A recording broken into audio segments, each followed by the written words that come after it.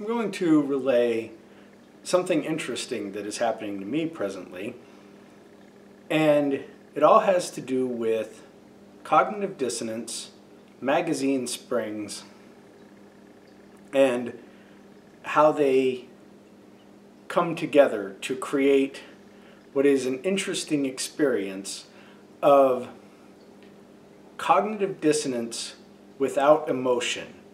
So I'm able to witness cognitive dissonance within myself that is detached from any emotional response. And it's very interesting, and I've been able to detect cognitive dissonance in myself before, and I can see when other people experience it.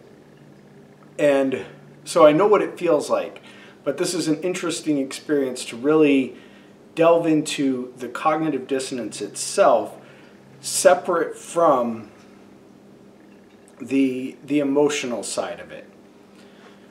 So when we run into cognitive dissonance normally, there's some kind of an anger, like I must not change my belief, or this other counter belief, you know, it's evil, it's bad, I need to get rid of it, I need to remove myself from it, I can't listen to it, I have to ignore it, so on.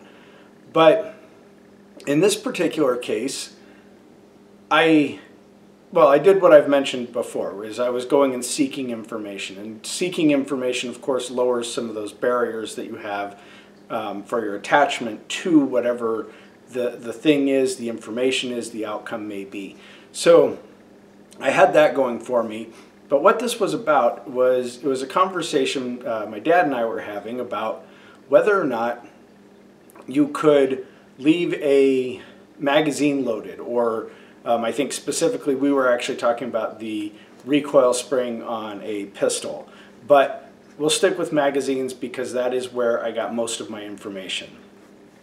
So to start this off, I was pretty sure, like it seemed logical, that if you compress a spring, you know, you push it in and you leave it that way, that over time it's going to lose power and it won't be able to decompress as far or as powerfully. And sorry, this isn't really about guns. This whole thing is just about the cognitive dissonance, but the conversation that led to it is kind of important, because you can go online and you can find people that agreed with my side of it, that it should lose power over time. And then you can find people that say, no, they don't lose power over time at all. That's not the way springs work. I'm like, well, that doesn't make sense. If you push something and you squeeze it, it's going to become a more squeezed thing. That's just the way it works, right? So I went and I learned about the physics, the metallurgy.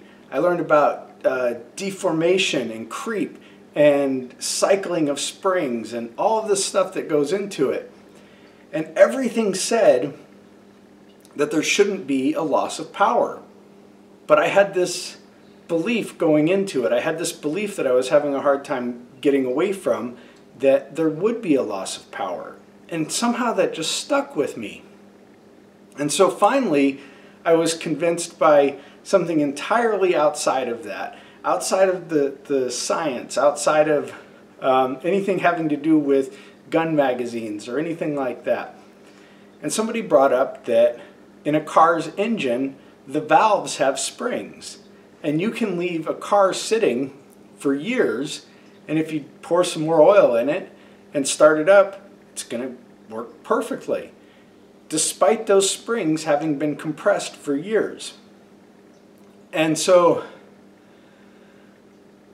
there is, even now that I'm convinced that it's completely okay to compress a spring and leave it that way, I can still feel this pull.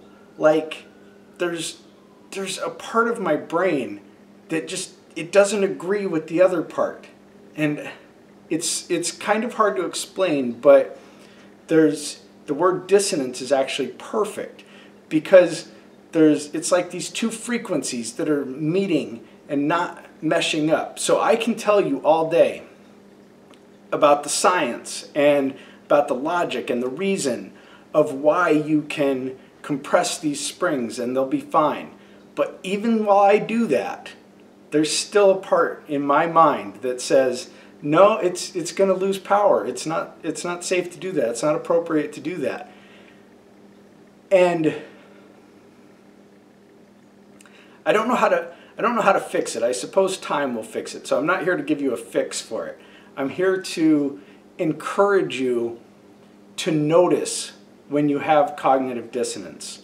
When you feel like you're being pulled in two different directions, pay attention to what those two different directions are. And honestly go and look and do research that looks at everything from multiple angles. Not just saying, oh, I want this to be true, so I'm going to look at it from this angle. But also looking at it from however many other angles you can, or going into it with zero expectations and saying, well, what is the science behind this? And take a look at that. Or or just looking at it openly, going and doing equal amounts of research on either side. So I don't have a fix for it, because like I said, I know what the answer is, but there's a part of my brain that says, no, we can't accept that answer. That's not right. But like, it almost wants to say, no, we'll never accept that answer, no matter what you tell me, no matter what you show me. And so it feels a little weird. But I encourage you, do the same thing I'm doing. Embrace it, because it is a learning experience. You learn a lot about the way your mind works. And I would love to hear from you guys in the comments. What cognitive dissonance have you worked your way through? Or what cognitive dissonance do you currently feel? I just think it would be interesting to hear this from the perspective of other people. And of course, remember to subscribe and like the video, and I will see you guys next time.